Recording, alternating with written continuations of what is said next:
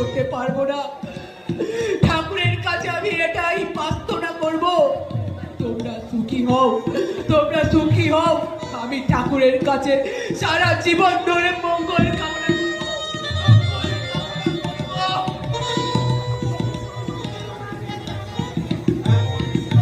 সরল মানুষ হাকেও আঘাত দেয়। না না, আমি আর কোনো কথাই শুনবো না। ভেবেছে টাকা দিয়ে আমার মুখ বন্ধ করবে, কিন্তু না, ওই টাকার লোভে অন্যায় বুকে দেশের মুখে উঠতে দেব না, কিছুতেই না।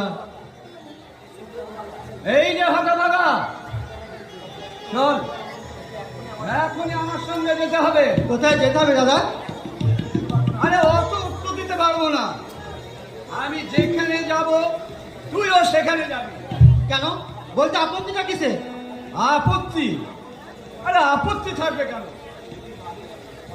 হ্যাঁ, তুই কি ভাবিস যে আমি তোকে ভয় করে চলি? দাদা না, শোনো ছোট কাকা,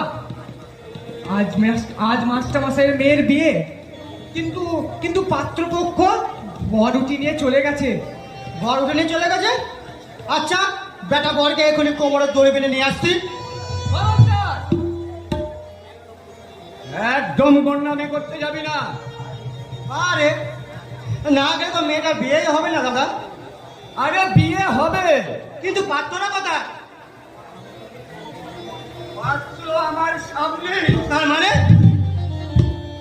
তার মানে তোমাকেই বিয়ে করতে হবে ছোট খোকা। তুমি আমাকে ক্ষমা করো দাদা। বাবা, আরে আমি তোর বড় দাদা, আমার কথার কোনো মূল্য দিবি না? দিবি কেন? আজ যে তুই বড় হয়েছিস। দাদা তুমি একটু বুঝতে চেষ্টা করো। না না, আমি কোনো বুঝবো না, কোনো কথা তোর শুনবো না।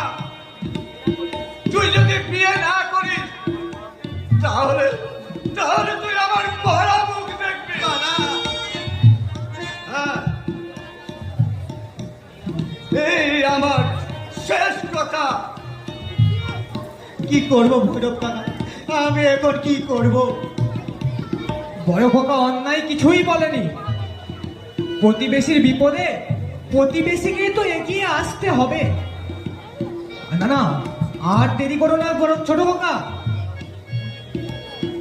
মাস্টার বাবুকে এই বিপদ থেকে তুমি উদ্ধার করতে পারো। চলো চলো।